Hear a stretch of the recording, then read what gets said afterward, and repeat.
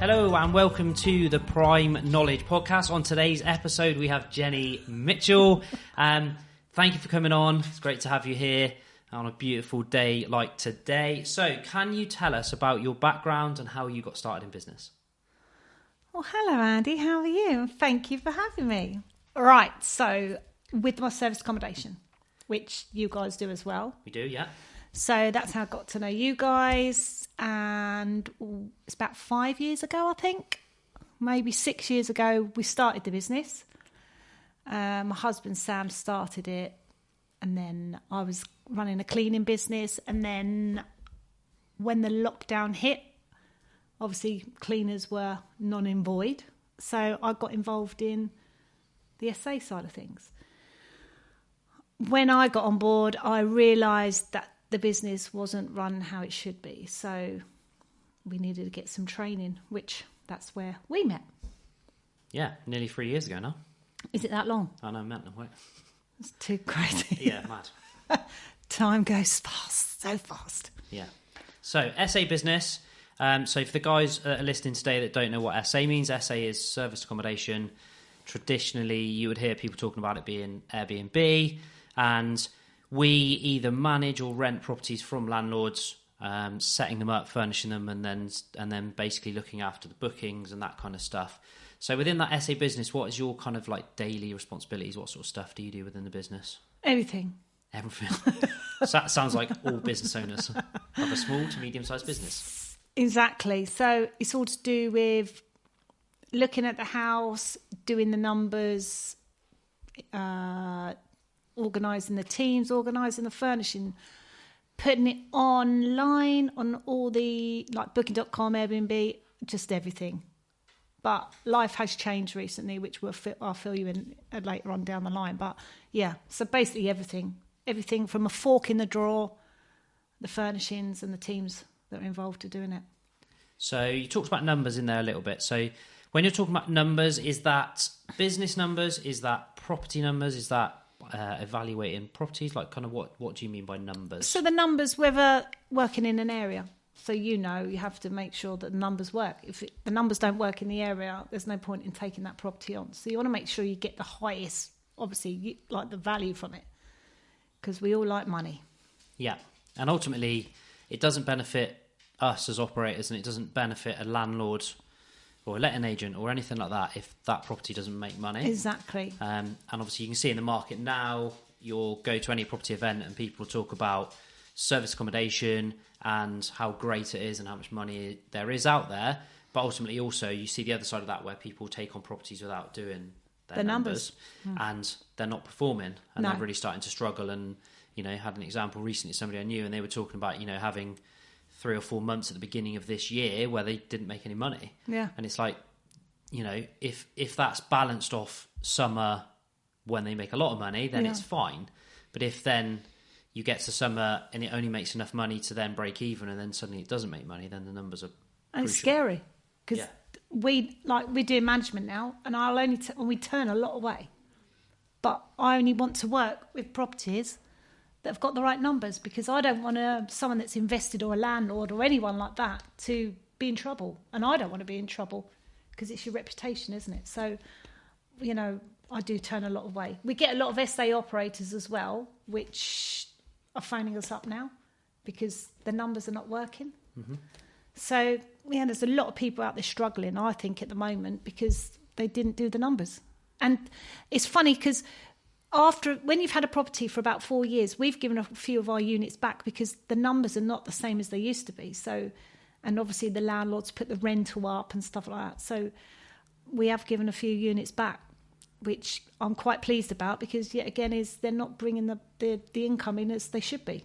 Yeah. And I've spoke to some big management companies. So again, for those guys that don't understand, management is where you're going to manage an Airbnb property as if you were like a letting agent. So, but you would manage the bookings and the cleaners and the linen, and then the landlord would be responsible for the bills and the mortgage or whatever else they've got going on in the background.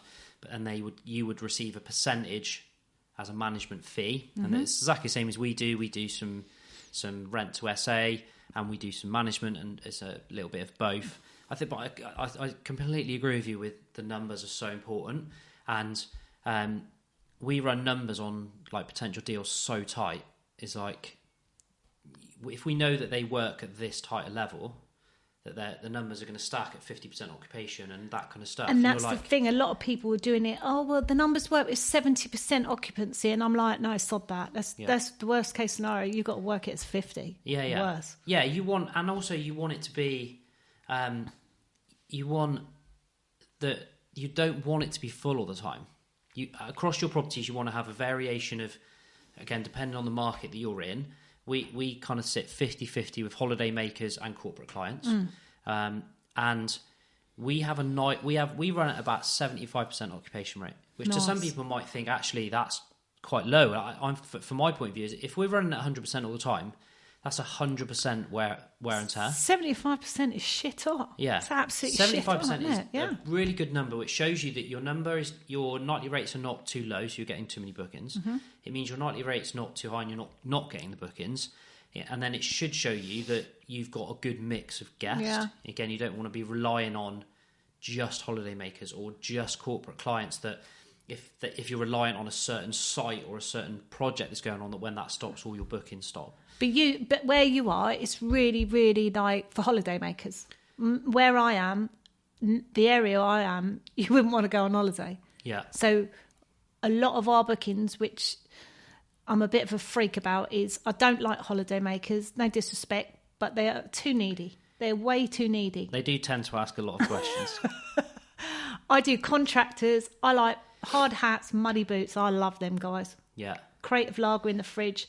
They're there for probably about 4 to 5 months. We're working with social services at the moment, and we're working with the homeless, and obviously, immigrants are coming over to work in this country, which is great. So we're working with that a lot. So our properties, which we've been blessed, are out from like 1 month to like a year.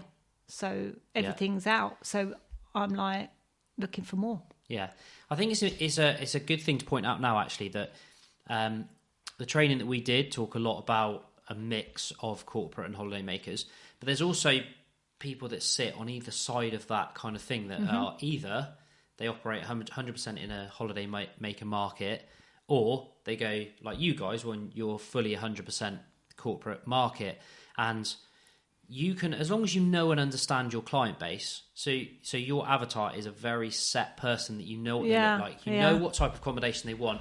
They much probably prefer a TV in a bedroom and a beer in the fridge than they would some fancy painted walls and some nice decor. Right, and I think it's important to know and understand your client. And I think this works across business. And I was listening to something recently. They were talking about if you know and understand your ideal client, it becomes much easier to tailor everything you do to that ideal client. And that can be in any business. If you know what your ideal client is, you go, this is the type of person I want. They are maybe this gender, or they're in this pay bracket, or they have this type of property, or for you that they're this type of worker. You go, okay, well the property needs to look like this. I can whitewash the whole house. I can provide comfy beds. I can put a beer in the fridge for every stay, and that's what they're going to want. Exactly. They're not necessarily going to want fancy decor. They're not going to necessarily want the picture that's going to look really good on Instagram because they just want to sleep and go out. But it's important. They want to know where their nearest curry house is. Yeah, how close to takeaway? Where's the pub? Yeah, what delivers to your house? But I think but you know your market. Yeah. But whereabouts are you based? So we're in West Sussex. So we're at a lot of our units are in Crawley, near Gatwick and Hawley. But we've got some properties in Colchester, which is a different avatar again. So it's more students and, guests, holiday makers and stuff like that. So we don't get contractors. So it's a bit of an eye-opener for me going from contractors to people that are moaning about there's not enough towels in the bloody property. Yeah. So, oh shit, we've missed a towel. But... yeah. But I think the one of the biggest differences that we see, and I would say we operate straight down the middle. We're probably 50% holiday makers, and 50% corporate clients, which people would actually be quite surprised at. We're based in a small town called Cirencester. It's classed as the capital of the Cotswolds. It's a beautiful part of the world to live in and to holiday in. Yeah. But actually, we're one of only a very few SA operators that supply property to corporate clients. So we have an ability to discount longer stays, so people can get longer bookings in, whereas a lot of the other stuff are literally set up for just holiday makers, just a week stay at a time, and they just don't have a system for dealing with this. So for us, we're probably one of only a few people that do this locally. But that's the funny thing is, which is really interesting, you said that because you have been a business owner for a long, long time and you like to have a deal. Look, we like to have a deal. People that do guests, they don't want to have a deal.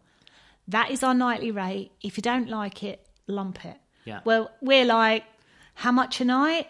How long do you want it? If you want it for a month, let's have a deal. Because you don't want to lose that client, do you, really? Because every penny counts, doesn't it? Yeah. And that goes back to what we started the conversation with today, was about the numbers. Yeah. And if you know your numbers from a point of view of what the property costs, what the returns are, what this costs, how it all works, you can go, okay, cool. If you're going to take a month, like what we did quite early on is created we didn't, but we got someone that was better with spreadsheets, to create a spreadsheet that basically allowed us on every single property to basically input how many nights they'd want to stay. Yeah. And then it would give us an idea of cost. Worst case, medium case, best case, but all of them allowing for some degree of profit, and each price gives you a different amount of profit. And then all we do is they go, cool, we would like 31 nights at this address, this is what we need. Yeah. And then you go, cool, you put it into a spreadsheet and it gives you some numbers. Nice. And then depending on what time of year it is, you can then go, okay, this is the price that I can give you. And obviously during the winter months, as you know, and maybe some of the listeners won't, like, service accommodation is very seasonal. Yeah, it is. So, for us, especially when we deal with more holiday makers, we are absolutely mental busy during July, August time. Anytime there's any kind of big event on, we're really busy locally. But then during the winter months, especially January, February, can be quiet. Dragging your arse on the floor. So that's when the corporate clients are like so key to what you do. Is like their contract's going to go on all year round. So, what are they doing? Where are they staying? So during those times, you look at, okay, if we make money, then we're probably doing better than a lot of other people locally within our sector. And then during the summer, you go, well, actually, I could probably just wait and I'll get a holiday maker, or I take this booking, but the cost is more for the guests. I think you think more near the winter periods about long-term bookings and stuff, because if you know that you can carry yourself over those really shitty period, then you have a deal, don't you? Yeah. As long as the numbers, like you take a massive drop, but as long as the numbers still work, I'm happy to take a £500 to £1,000 a month profit on a property. Where normally on a property like that, like a 3-bedroom house, some of them we take like between £3,000 to £6,000 on a property. That's net profit. Mm-hmm. So if we can take £500 to £1,000 net profit over the winter periods, to me that's a no-brainer, isn't it? Because as long as you're earning money and not at a loss, yet again it's down to the numbers again, isn't it? Knowing what you can do it for. Yeah, knowing and understanding your numbers. Are you covering all your costs? Have you thought about what everything is? And as a business overall, are you analysing every single property that you either manage or that you do on a rent-to-rent deal, or property that you own? Are you running numbers on every single property? Yeah. Are you looking at how it works, and are you going, okay, well, as a business we're at this level of profitability, but per property this one's doing well, this one's doing well, and this one's not. Yeah. We must review this more regularly and find out why. Is it just the property, or is there something we need to be doing to look at it? Has it got bad reviews? Is it not performing very well online? 100%, because last winter we had a couple of properties and the other properties were carrying the properties. But now we've actually taken an ops manager, which is, to me, is a game changer. So she runs the numbers every single month. I don't want to be doing shit like that. Like, exactly. It's like you want to work like on the business, not actually in the business. Yeah, so, I want to see the numbers without having to put them together. Yeah. So now we run the numbers every month, and it's massive. It really helps, like knowing to be in tune is what's good in that area, what isn't good in that area, and yet again is what your avatar is, whether it's guests or whether it's contractors. I love that. Now we've got an ops manager, and she literally runs the show, and it's amazing. Yeah, and I suppose that frees up a lot of time for you to be doing a more podcast. Yeah. Come into my living room and sit at the dining room table and doing a podcast. Drive 3.5, 4 hours, come do a podcast. Well, there is that, yeah. you could. Well, you should just live closer. So absolutely, it's nice problem. Around here. It's nice, isn't it? It's a nice part of the world, and the sun's shining today, which is great, which it hasn't done for a week. So let's talk about you from. So you said you started in business within SA. Did you say you had previous businesses before that as well? So I run a cleaning business for about 2 or 3 years, and then I give it to my daughter because I didn't want to do it anymore.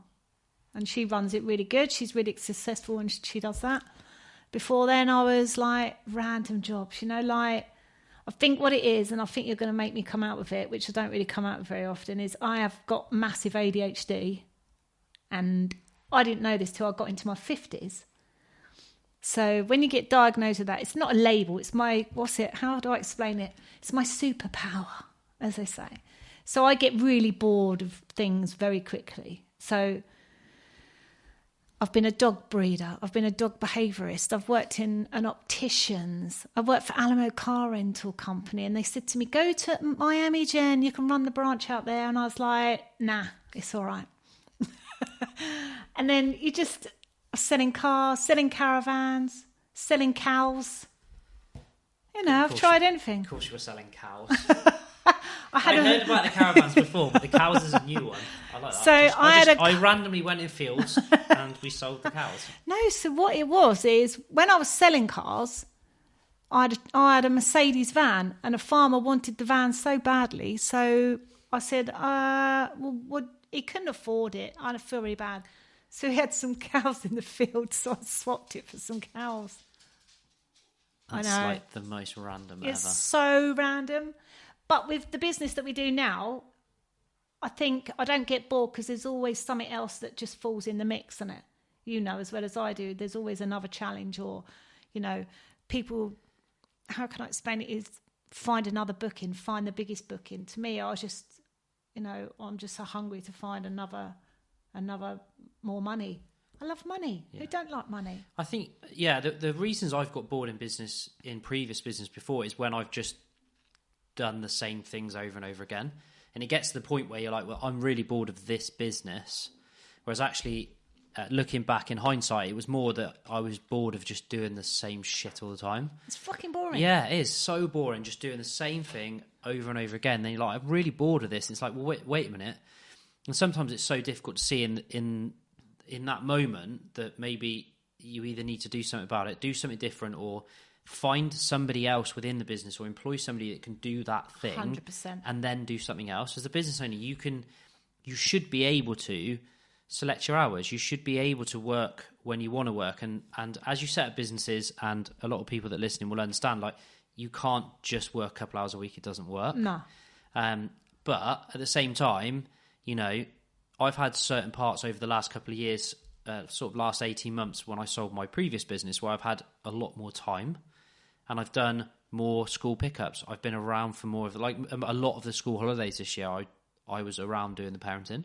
And I think because you're so away from it, you sort of get out of tune with it. And then when you get it back again, it's really nice because you don't realise how much you've missed it, isn't it? It's like I drive Sam mad now. I go to him. Because of what we do, we can do it anywhere in the world. All our kids are literally doing their own thing now. Obviously, we've got Macy at home. She's 15, but we've taken her out of school. So she's homeschooled now.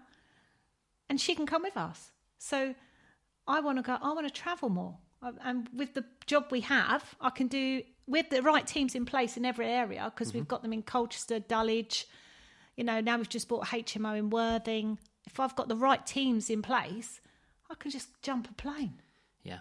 The teams is so crucial. So crucial. I talk to people all the time in business, and there is so many, and tradespeople are probably the biggest example of this. Are like, I can go out today and I can do a job and get paid 300, 400, 500 quid a day, whatever it might be, doing X. I'm a plumber, whatever it might be. Yeah.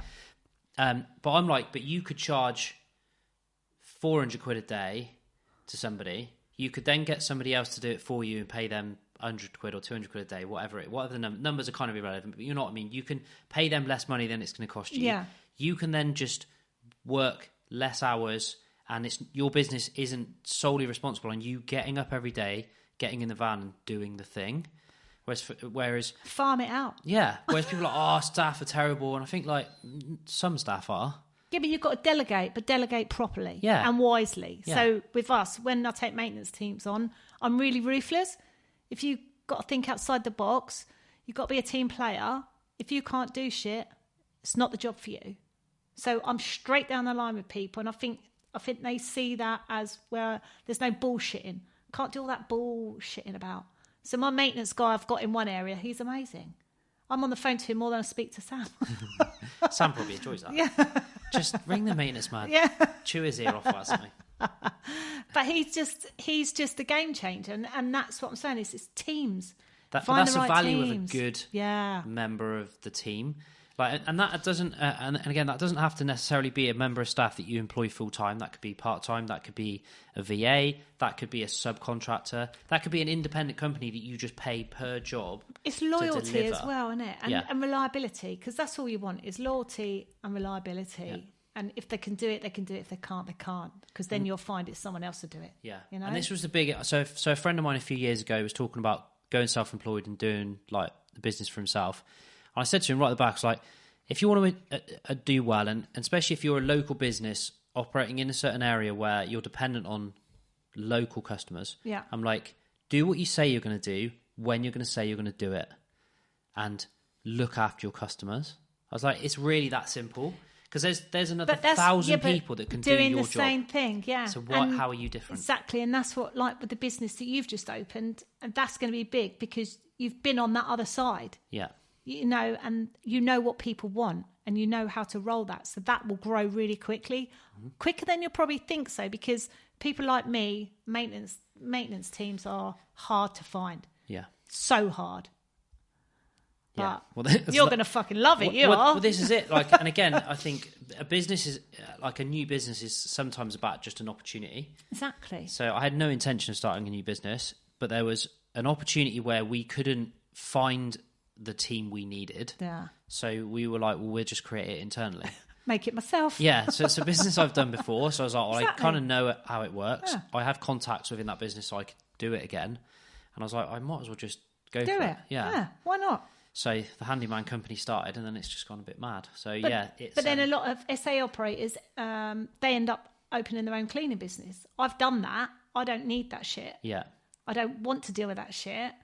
So that's why we're going to do sourcing now. Obviously, we do the management side of things. But to be honest with you, maintenance teams and cleaners they're your feet on the ground, aren't they? Yeah. I don't even go to one of our properties. I think some of our properties, I've been there.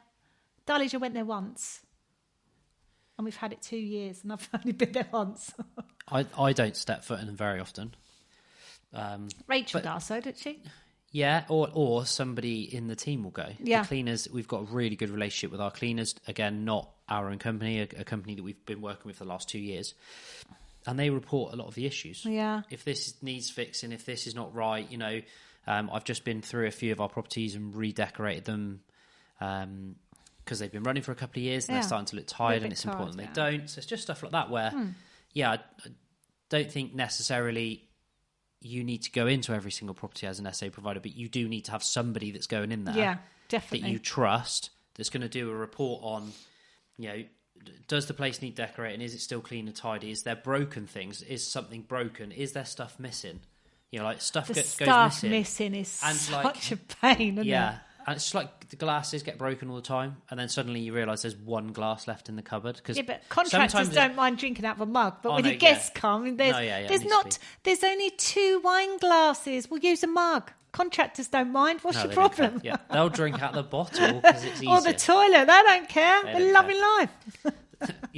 Your clients are going to love that comment. Straight out of the toilet. Straight out of the toilet. Love it. But it's. I think as a business owner, I think you need to understand that you don't necessarily have to have your fingertips on everything that's in the business. You just need to make sure that you have a system and a process, and that somebody in your team knows and understands the system and process, and somebody else does. so that all the way down the line, you have somebody that you can speak to that is directly responsible for the product. And that's what the ops... Yeah, but the ops manager that I've got now, that's what she's doing, because really I'm a bit of a control freak. So I spot check some properties sometimes. I just drive there and I spot check the ones nearer.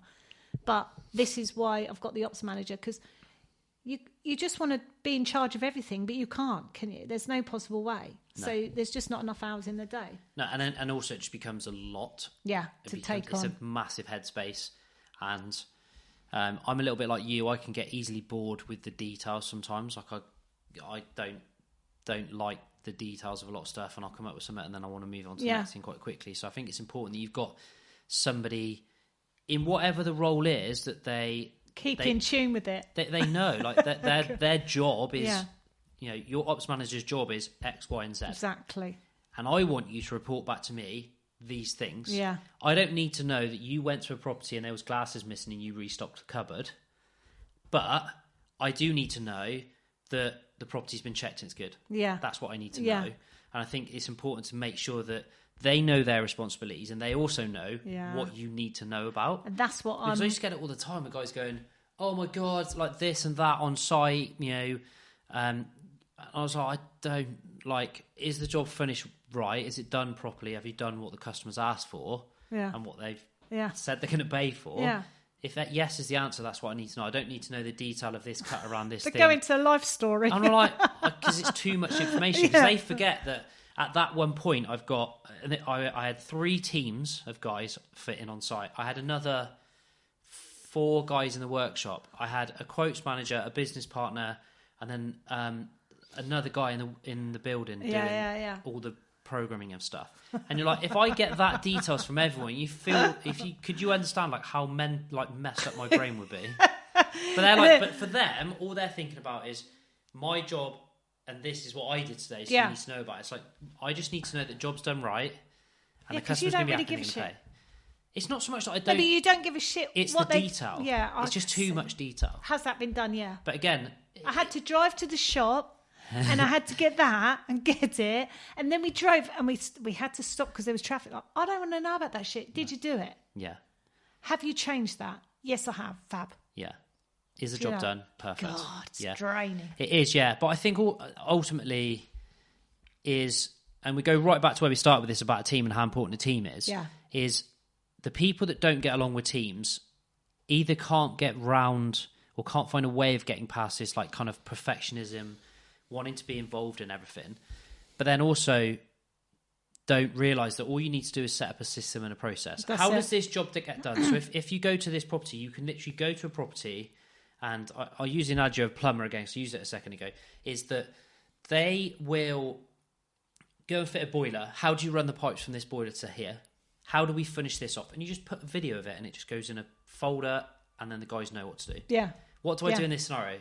Look at the video. Same with the essays, isn't it? Yeah. How do we turn the oven on? People are thick. Not intentionally, but people, every oven's diffs. You don't... Yeah. The stupid questions that I used Hobs to get. are the worst. Hobs are like bane of our lives. So, video it. On button, press the on button, hold it down so the actual thing. Ceramic hobs are the worst, like because they're like this, like whacking it. What are those ones we have to put the special pans on? Oh yeah, we don't have them. No, they'd throw me. If I don't think even we would understand them. I just try and make sure that they're turn button ones on, off. Yeah. Nice on means working, off means it don't work. Is the light on? Has someone switched it off at the wall? Is it on? But that is. That is a system and a process. Yeah, exactly. So what do you do when you take on a property? Well, we put furniture in it.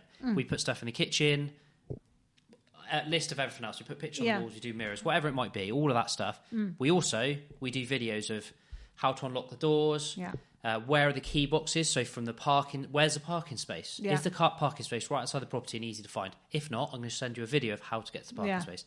Then from the parking space, if the parking space isn't right next to the front door, do I need to do a video from the parking space to the front door where they get in? But they want a journey, though, don't they? Because to be quite honest with you, if I can't find something, I'm going to start losing my shit because I want to know it's all there. Yeah, and also you're going to get the messages. Yeah. So as a host, Can't find the parking space. Can't find the this. key code box. It's like, you haven't sent me the code it's like, through. it is here. Refer to the like guest book, online guest book, and it will give you all those things. And I think it's a case of going, you know, that's kind of part of the business that we do. You are going to have to sometimes deal with a lot of questions, but the more systems and process you can put in place, the less shit you've got to deal with. Yeah, and that works in all business. Yeah, and definitely. that works in all of the previous businesses and the service accommodation business that I run now. Is that those system and processes is the only way to you can stop do what you're people. doing. Yeah, and to stop people just coming to you for everything. Yes. And sometimes it can be, and it was definitely when I first started implementing these things, it's just like an ego trip. Everyone needs to come to me because I know it all.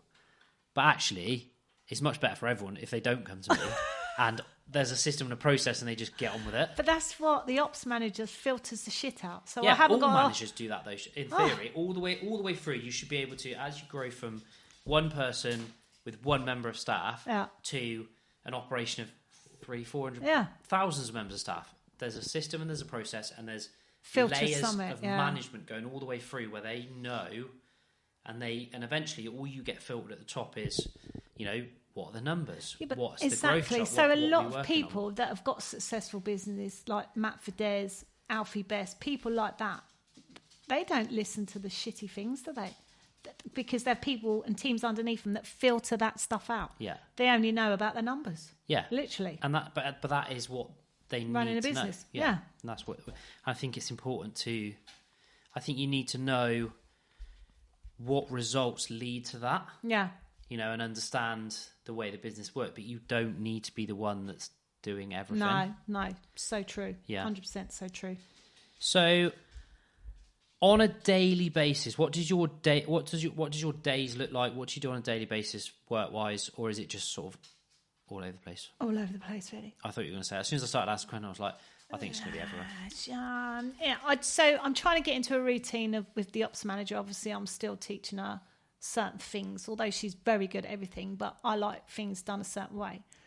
So once she's got in tune with me a bit more, then I can step back a little bit more. So I'm just taking steps back. So morning, I normally have a meeting with her on a Zoom meeting. We cover a few things because obviously we've got VAs as well, so she manages them. So I'm trying to step back, but it's looking for other properties, just making phone calls and stuff, doing lunch more. That's why I've gained all this weight. I'm just doing more lunch. Nobody on the podcast would know. You could claim you look like anything. The video might show. It's a clear giveaway. Clear giveaway.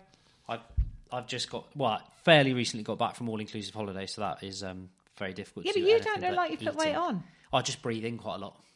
No, always breathe in, always hold everything in all the time. I think you worked on your beach body before you went.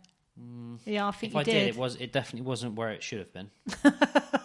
I get too excited about going away on holiday and just start the food and drinking. You start the drink and food like a month before. Yeah, pretty much.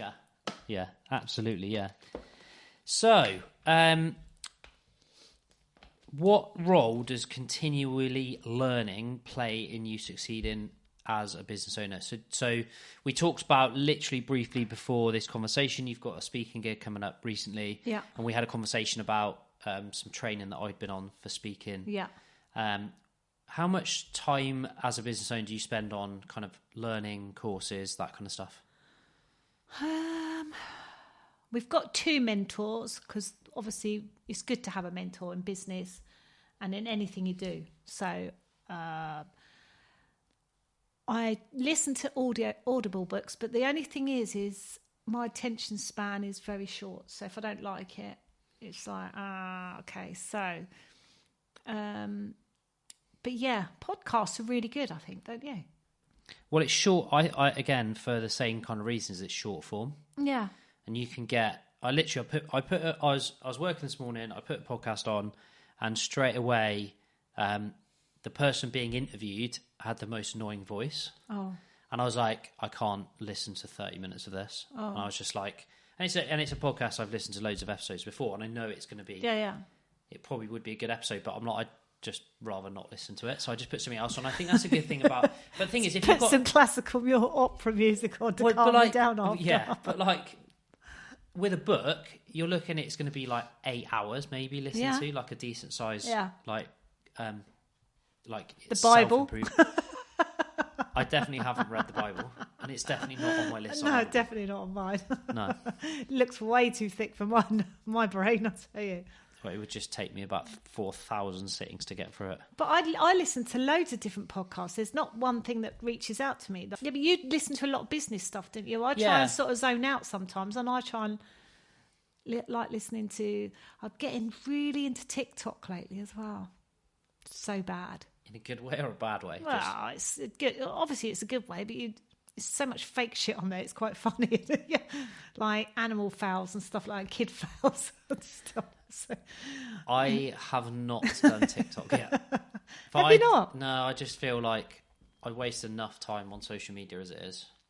It's a difficult line, isn't it, between enjoying the platform for what it is. Yeah, exactly. Putting your own content on it so that you can try and leverage that for your own business success or success personally, or growing a brand or whatever it might be.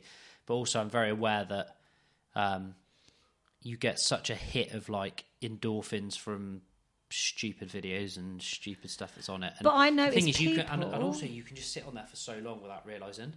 Yeah, you can. It is a it's time definitely waster. something. Yeah, I don't. But I put positive stuff on there, and I get likes. But I put negative stuff on there, and I get more likes. That to me is concerning. But that's the algorithm, just how it works. Yeah, it's the most weirdest thing ever. Yeah, I put something happy. Yeah, I'll probably get a few hundred likes. Put something like moaning. If I'm moaning about something, then it's just, I'll get about 1,500 likes. That's weird, isn't it?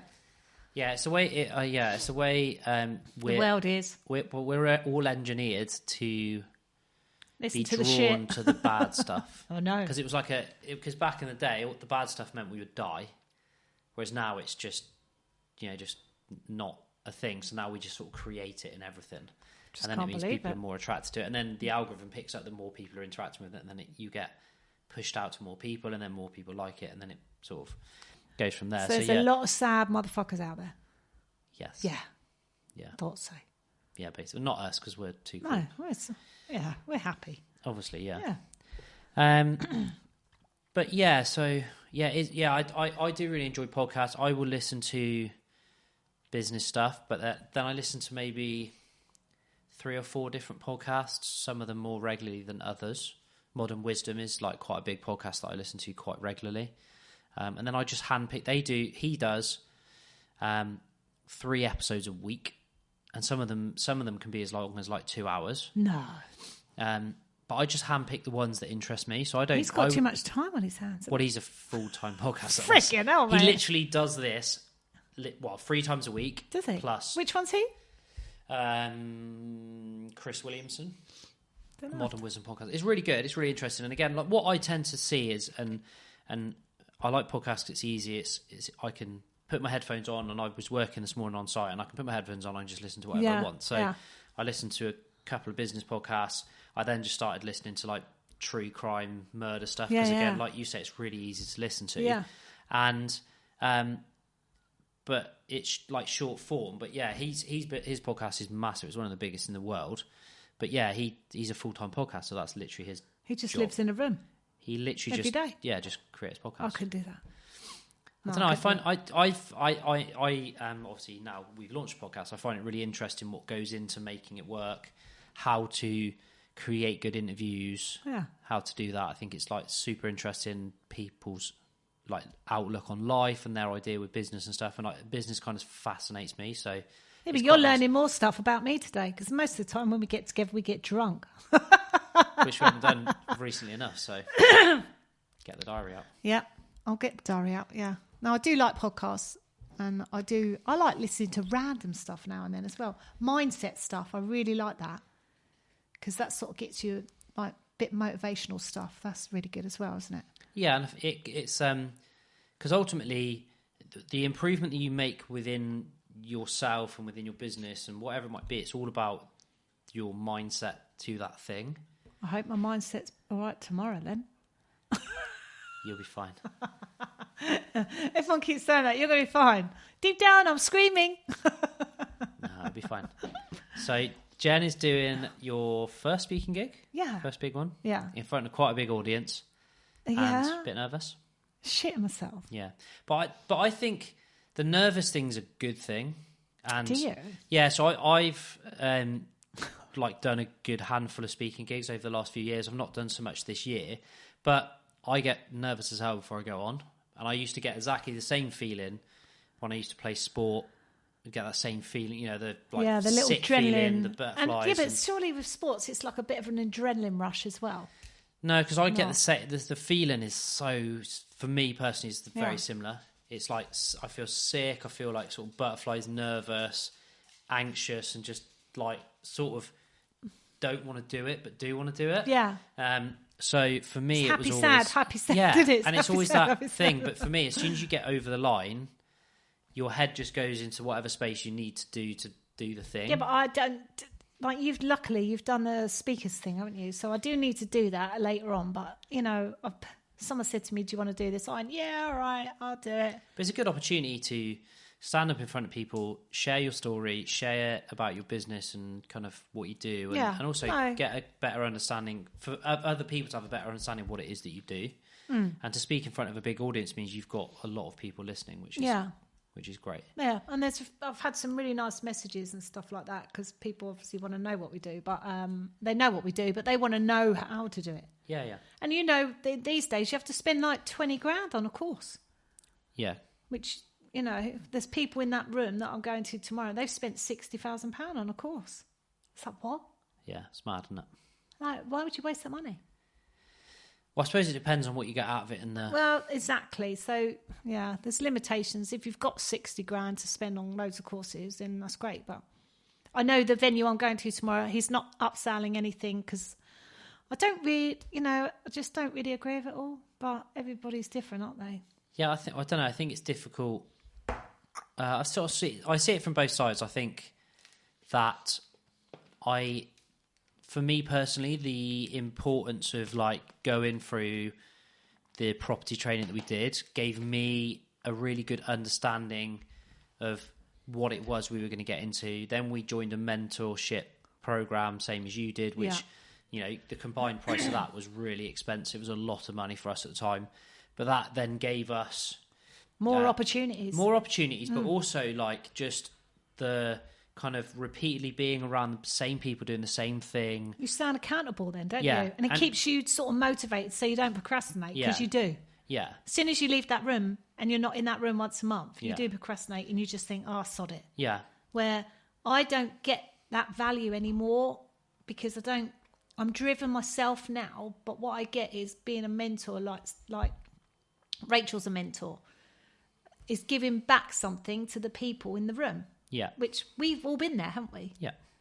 And start of their journey and just giving them the nuggets to just find their, start their journey. But I think you should have, I think, and I really believe this as a business owner, is that you should you should be involved in some kind of coaching, mentoring group at every point during a business. Yeah. But that could potentially change like on a bi-monthly, monthly basis, or every year it's going to be different because you're going to need different things. Your business will cycle through different things. So certain times you're going to go through growth. You're so right there. But people tend to just be so desperate to look for something and then sign up for 5 courses. Yeah. Like you just said, is as you grow in a business, you'll choose a different mentor for different paths in your journey of your business. Mm-hmm. Like, why do you want to sign up for like all the 5-6 different courses in one foul swoop, in one hit? To me, that's a brain overload. Couldn't think of anything worse. So with our SA journeys, we took a course together and that was worth every single penny because we've got that knowledge now and on our journey of our SA business, so we know what we're doing. And then you sort of find out on your own, like we all keep in contact, don't we, and stuff like that. If I have a problem or whatever, then we give each other a call because we're still in our own sort of ways, our own mentors with each other, isn't it? That's what I think. Yeah. And that I think is really good advice. So I did the SA journey with you, and then I went on a period of when that finished of going in, and I did quite a few courses in a row property related, some speaker training. And I think some of it was really great, but then other bits were a little bit like I was still trying to figure out my way. And you don't necessarily need to be spending tens of thousands of pounds to figure out your way. No. You can you create a business, or can you create some kind of living for yourself without having to spend tens of thousands of pounds? Well, potentially, yes, you could. And then can you use that business to pay for that as you go? Then again, potentially you could. But then I think to myself as well, is if you have a business, you become quite creative in what you do. So you can always find, like people say about multiple streams of income. Because of when you run a business, you sort of find other simple ways to feed off the edges of that. Mm-hmm. So I do, like with serviced accommodation, I went for serviced accommodation because to me it was low money in, but higher return back. Mm-hmm. Like everyone was doing buy-to-lets. Do you remember HMOs? And then they were doing that no money down thing and all that shit. Where to me that didn't interest me. We found a serviced accommodation trainer, only serviced accommodation, and put 100% into that because it was higher return. Mm-hmm. He knows, the mentor we had for that, he knows about everything else. But the main focus for me, like you guys, was serviced accommodation because it was a higher return. Mm-hmm. And I've still stuck with that now. Yeah, and I think the bit I could pick out right at the beginning of that, and you said about that you could, with that word, something about feeding off the business as it is. And I think it's a really good way of looking at it, actually, is what does your business currently do? It does exactly. X. Mm. What can I do as a business that is completely associated to this? So with an SA business, you can then start to launch a maintenance company, which we've just done, or you can have your own cleaning company, all part of the same umbrella, or even and management. reduce your cost. Yeah, or you could do rent to SA, so where you rent properties and then you set them up for SA, or you can buy properties and do it as SA, or you can manage other people's SA units and do it that way. And then in there you've got 3 different parts of the same business that are doing the same thing but in 3 very different ways. You're getting paid in different ways. Each one has a difference in profit but also risk. Yeah. And then also then there's the upsell of everything. How can you upsell stuff all around the same thing? So I think people think, well, I'm selling a product and that's it. It's like, no, because if you sell this product, you can probably sell 10 different products around that.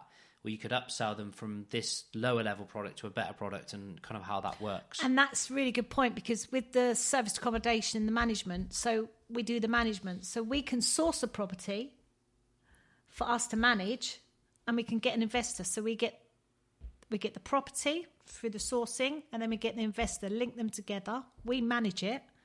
Then we can organise a stager. We can organise a photographer. These are people that you farm in, and obviously it's still cash rolling yourself because you do it as a package. Mm-hmm. So then we get stages, the furnishings, and then we get the photos, and then your onboarding fee. But they're going to get amazing return because, like you said, it's all to do in the package. So there's how many different things you're getting a return on, or an initial fee originally for, and then you're doing the cleaning, like you said, the maintenance side of things. There's just is doing this, you become creative. So you find another way, and then down the road you get bored of that, like I do. So then you find something else that you could bring into the mix, like gardening teams, window cleaning. Do you know what I mean? So it all needs to be done. So if you're not doing it, are you outsourcing it, and are you making money from the outsource? Exactly. Are you bringing, so like with what you were talking about there, and I think it's something that maybe people in property don't understand, but if you source a property, so you go find a property, you basically sell that property deal to a landlord, they will pay you for it, you will offer your services, so then you get ongoing revenue from that property. Exactly. And you basically get paid for the initial entry, you then get paid monthly to look after the property as a service accommodation unit, and then in turn you will get paid for furnishing it and setting it up. Yeah. Maybe any kind of refurb that property might need in the initial, you could be involved in managing that, or if you've got your own contractors or teams, you can do that in-house. And I think that's a way of doing multiple streams of income but within a certain under the same umbrella, single business. It doesn't. A lot of people think about multiple streams of income as being, I need 7 different businesses doing different things. I need this type of investment. I need these type of stocks. Or I need to buy gold. Whatever it is, like, I need 7 different ways to make money. And it's like, well, or you could just have a business that operates where you have lots of different things going on. So you can make yourself recession proof because you do this, and this will be bigger during a recession. And this makes money here, and this makes money there, and this makes money here, and it's all within the same business, but it's all lots of different things. Exactly. Although crypto and gold to buy is very good at the moment, just saying. I wouldn't know. I know that Sam is big into his crypto. Sam's really into it. I know gold's good, but I also don't have any money right now, so I'm pretty sure you still need money to buy gold. You do, unless you're Dick Turpin. Who's Dick Turpin? Should I know who that is? Maybe too young for that, aren't you? I am super young. Robin Hood. Okay. Robin Hood, there you go. Well, we've covered a lot of stuff there. The only question I'd love to ask before we go, and I ask everybody that comes on the podcast, is there any book recommendations that you often suggest to other people, or a really good book that you've read recently that you would recommend on today's episode? There is, and it's actually called... It's an Airbnb book, actually, and I can't think who wrote it. It's on my phone. Can I send you the link? Can you put it on the podcast? I can put it on the show notes at the bottom. Okay, we'll do that. And another book I've read is Power of the Pussy. Is this... It's not pornographic, no. Okay. It's a really good book. Because as you said it, you looked at me and grinned. No, it's a very good book. So it was very difficult... For women. Okay. Power of the Pussy, they do 1 and 2, and it's a really good book to read. Thank you for today. Thank you for coming on. I appreciate your time. I appreciate you coming here. I know you've got... you came here on your way to your speaking gig. You're going to be amazing. Thank you for being here. Jenny, you've been great. And thanks, we're done for today. Thanks, guys. Babe. Cheers. Bye. Thanks, guys. Thank you for listening to today's episode. Please follow on Apple and Spotify. All details of today's episode can be found in the show notes below. For more info and content, check out our Facebook page. Thank you and goodbye.